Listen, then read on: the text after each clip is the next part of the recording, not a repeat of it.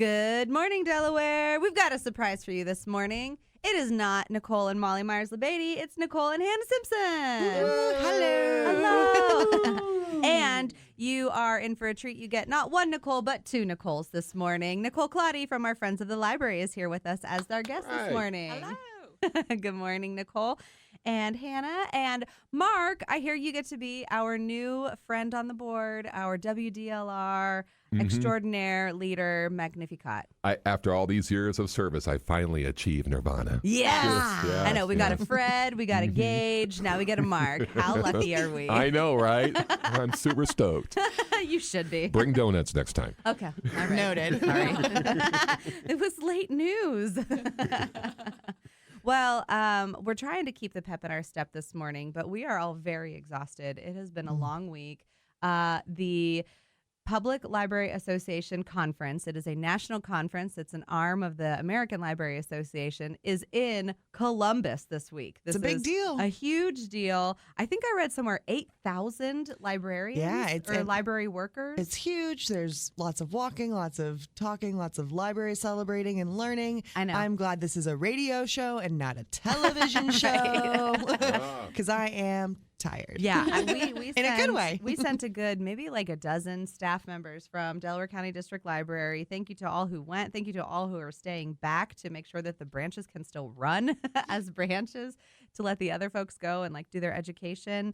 It's been so much fun. We had an event with the friends earlier this week. Was it just yesterday? It was yesterday. It seems like it could have been. It was just yesterday. We had Zibby Owens come by and do an ice cream social. That was so much fun. That was great. She came all the way from New York for us, and she didn't disappoint us. No. She brought lots of swag, and we had a great time signing books and having fun with her. Ice cream for lunch. Right. Can you resist? Oh, I know. Yeah, it was so much fun. So what we're going to talk about a little bit this morning for our book chat, the first half of the week, I'm going to talk about my book haul. What do you want to talk about, Hannah? Well, at PLA on the exhibit floor, you get to go, and there are lots of the major publishers. You know, there's Macmillan, there's Hachette, and Penguin Random House, and Simon & Schuster, and all those, and they give away advanced reader copies. I walked away with like 16 or 17, so I am not going to talk about all of those titles. I did yesterday when I got home and collapsed in my bed, finish a book. Oh, good. I read last year's Elin Hilderbrand called The 5-Star Weekend. Okay. And it's about a woman who in her 50s has become sort of a lifestyle influencer. She's like a Martha Stewart or Nina Garten and that sort of thing. And then tragically her husband dies, and she's reeling from this, and she finds this concept of the 5-Star Weekend, and she owns a house on Nantucket. All of Elin Hilderbrand's books are set on Nantucket. And so she invites 4 friends, one from each sort of era of her life: her childhood best friend, her college best friend, her friend from raising her children, and then one from middle age. And they go and they spend a weekend together, and it's sort of healing, and there's some drama and some underlying tensions, and it's just a delight. I mean, you feel things. There's lots of emotions and twists and turns, but it's always nice to go back to Nantucket with Elin.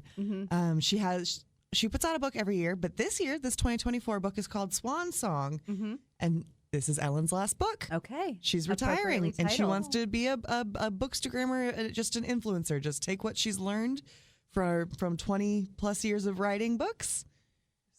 And yeah, she says she's done writing. That's amazing. She's not that old. She is probably in her 60s. She's probably Really? 60, late 50s, 60s. When I think of her name and her titles and her things like that, I just feel like she's this like young, chipper author. She was born in 69 because her book was Summer of 69, and one of those books, and it was about, and one of the characters gives birth to twins, and she's the twin who was born in the summer of 69. So she's in her 50s. Yes, so she's in her 50s. Math. Thank you. I think that's a great retirement plan to, retire as an author and then take on, it's like the professional to consultant kind of like channel. Like I worked in the industry and now I'm going to consult for the industry. That's kind of. Yes, that's sort of what she's doing. And she's a Nantucket local. She's a year-round islander.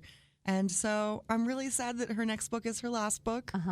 But hopefully she'll be fostering talent and passing on what she knows, and we'll get Elin influenced books. Yeah, kind of like what we learned from Zibby yesterday. Yes, exactly. Yeah. Here, I'm going to get closer. Okay, so Nicole, tell us a little bit about what you've been reading lately. Oh, gosh. Well, I had to finish Zibby Owen's book Blank before she got here yesterday, so I Yeah. was like frantically trying to finish that, which was lovely. It's a great read if you have a chance to read it. But the one that I finished right before that is the one that kind of like sat with me. It was The Echo of Old Books. Uh-huh. And I didn't bring it with me today, so I can't remember the author of it, but if you look it up We'll for me. find it. Yeah.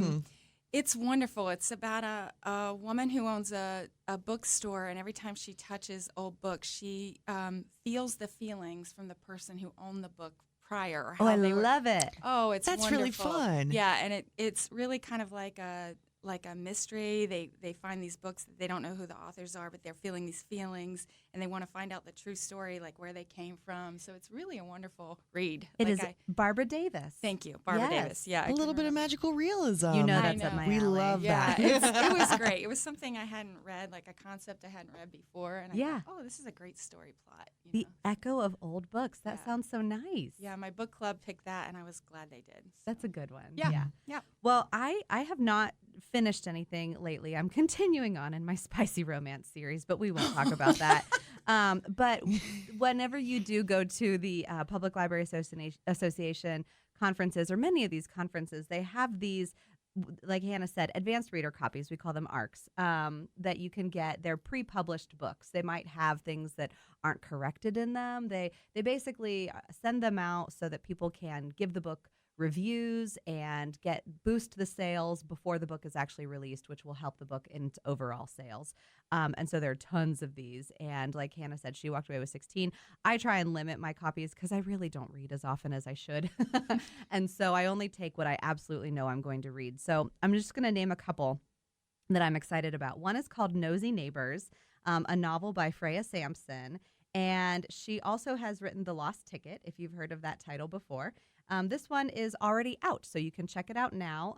So it's it's not exactly an advanced reader copy, but I got my free copy of it. It's a nice merging of the two generations of people who can be grumpy, but they come together to really solve a solution, to solve a problem. So we have 25-year-old Kat Bennett. She's never felt at home anywhere, and especially in the kind of crumbling apartment building that she lives in. Then there's also 77-year-old Dorothy Darling, and she's lived in the apartment building for longer than any of the other residents. She's, cantankerous. She's vindictive. Both of them are kind of in a bad spot. Kat is prickly and unapproachable. They both kind of spy on their neighbors, but don't really interact with their neighbors. But their building is now facing demolition, and they realize that they have a united cause that they want to save it.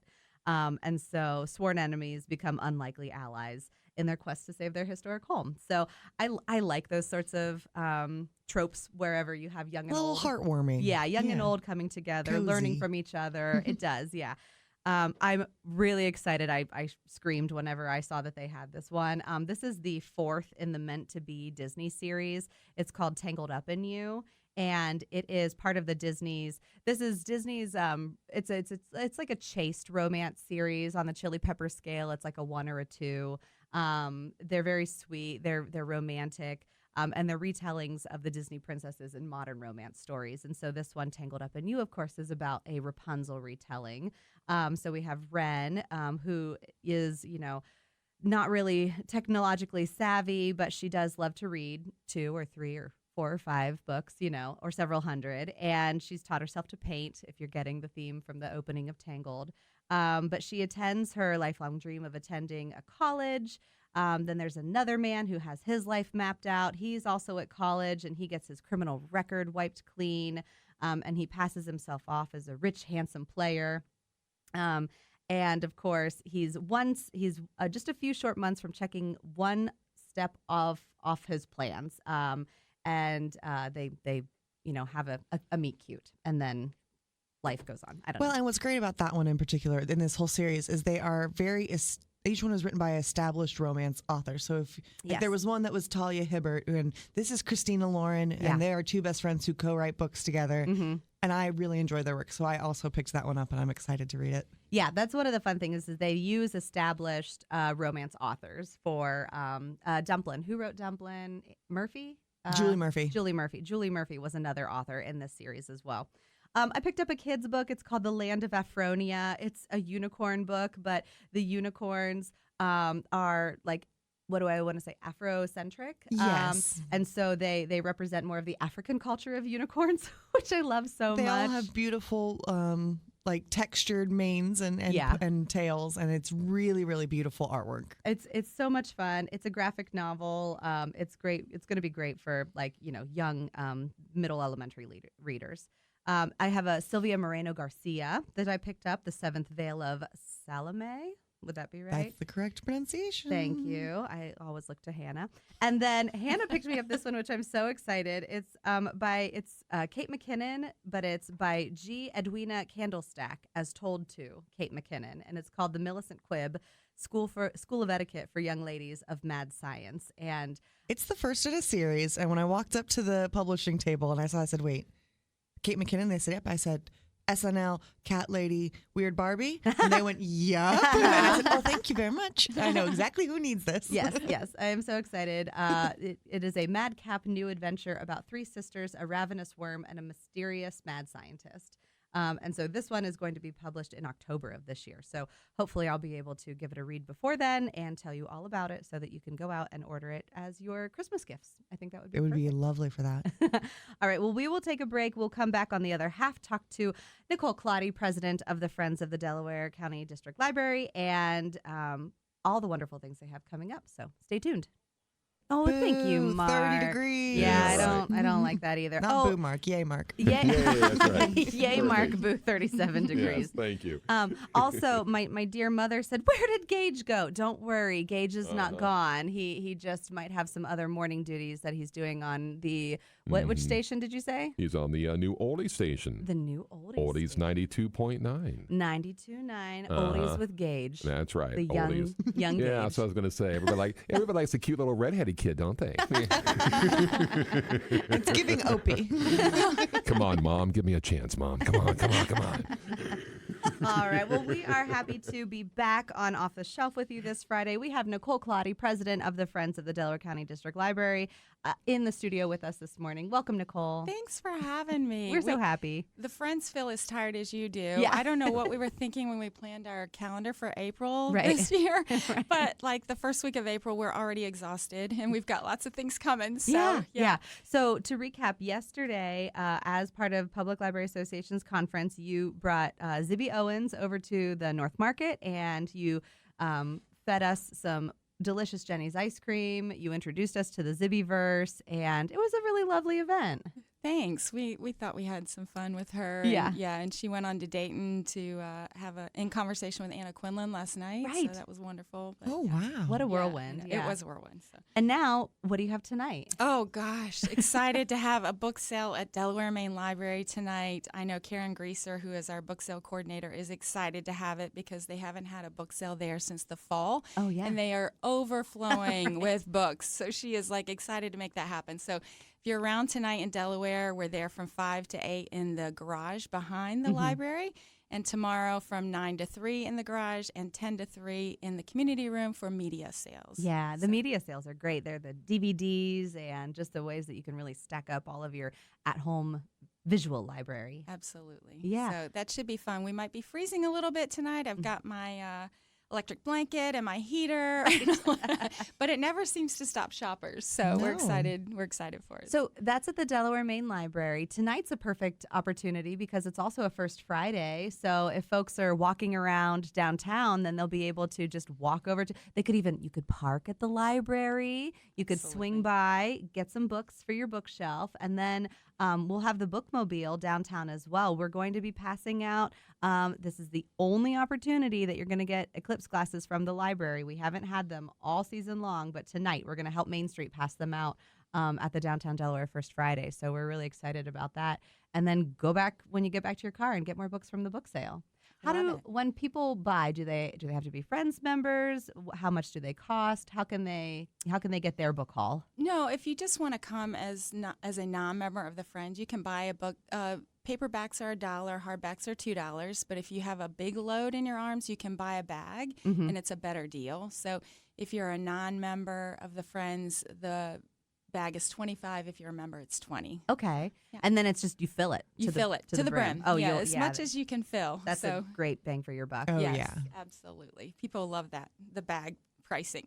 And I was talking to Brenda, your treasurer, yesterday, and she was saying that a lot of folks will, come to the book sales, they'll stock up on their books, they'll read them, and then they'll donate them back to the friends, and then it kind of like they'll repeat the cycle.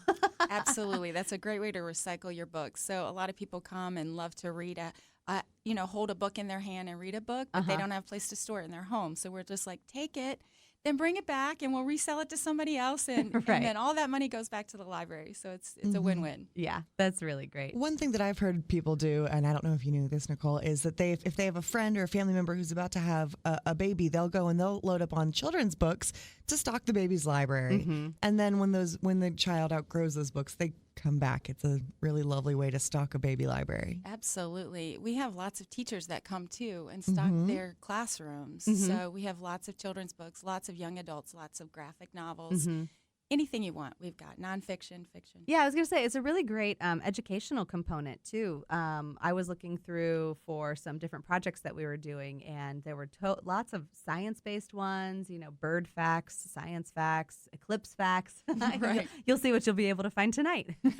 Exactly. So I hope you come on out. Yeah. So as if 2 to 3 events in 1 week is not enough for you, then you give yourself maybe a week or two to breathe, and then you've got something pretty big coming up. What's coming up? Not even a week or two.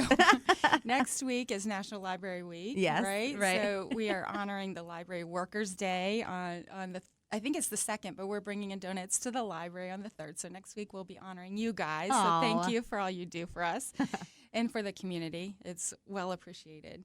But on next Saturday, on April 13th, we have the Young Writers Workshop coming up. Not So- even a minute to breathe. I know, not even.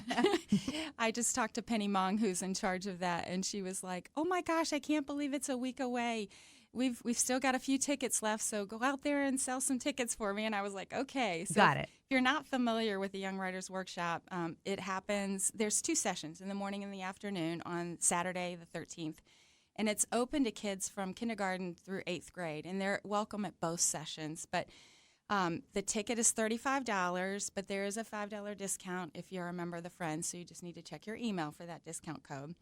But if you have a youngster in your house who is always writing stories, telling stories, drawing, doodling, you don't want to miss this program for them. Like, they will really enjoy it. It's led by best-selling comic book author and illustrator and a children's educational presenter, Steve Harpster from Cincinnati. He's just fabulous. If you haven't been to a program that he's done before, he really walks the kids through the process of how to write a story, how to draw pictures that relate to the story, and they just have a great time. We have some kids that come every year. Right.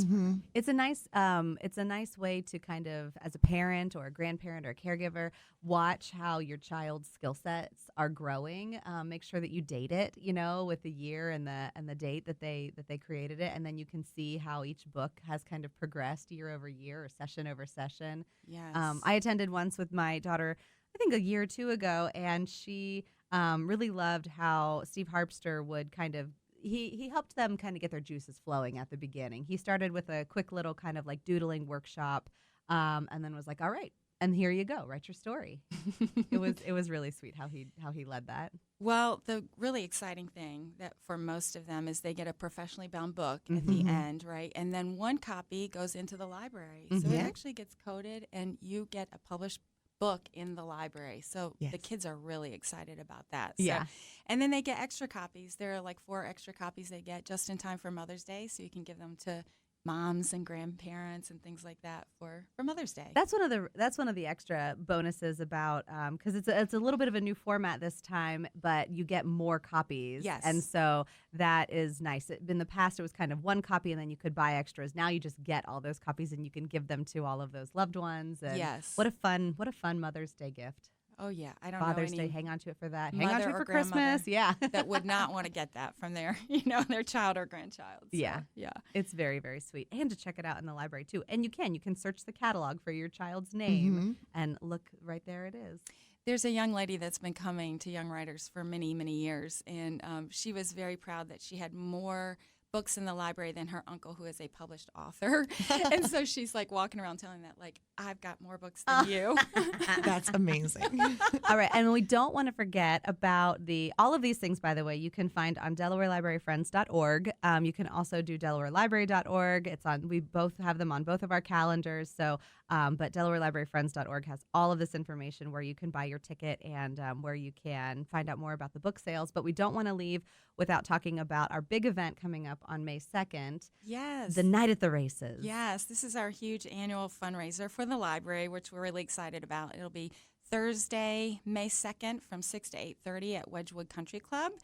It's $60 a ticket and $50 if you're a member of the Friends.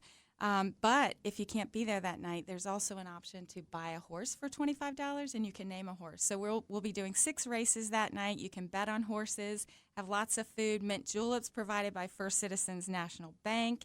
And our patron sponsor I need to shout out to is Zettler Hardware. But it should be a great evening. I know lots of people are planning to come and wear their hats like they do to the Derby and just have a great time. But you get to really just have fun and build in the excitement of betting on horses, and having a great time. So It's going to be a really fun one. Uh-oh, Mark's thinking he's got something fun going on over there. Are you going to come and wear your hat too? That's what I was thinking about. Yeah, I was thinking about mint juleps too. That's what I was thinking. Exactly. Hats and That's juleps. the magic word. Yeah. well, a lot of husbands are being talked into wearing their hats. So I think there'll be some other guys there, so you won't be alone. Oh, nice. Cool.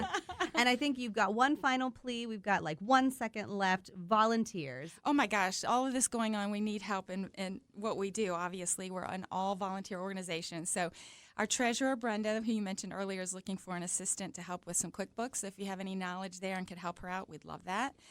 We need a new publicity chair. So if you're into marketing and publicity and have any knowledge in that area, we'd love to have you. We need a new social media poster. We just lost Sue Cheney, who's been doing that for us for a long time, and we're sad to see her go, but we need somebody who would be willing to post on Facebook and Instagram. And if you don't know how to do that, but you're interested in trying it, we'll be happy to train you. And then last but not least, our Monty Stevens, our membership chair, is looking for new members on his committee. So if you want to come up with ideas for new benefits for the Friends and help get new members, we'd love to have you. Lots going on. So many ways to get involved. Nicole, thank you for being a wonderful guest. We love you. having you. And Hannah, thank you for being my co-host while Molly gallivants at PLA this morning. Happy to be here. Mark, happy to have you on our board now. Thank you. Happy And to be here. until next week, we will see you in the stacks.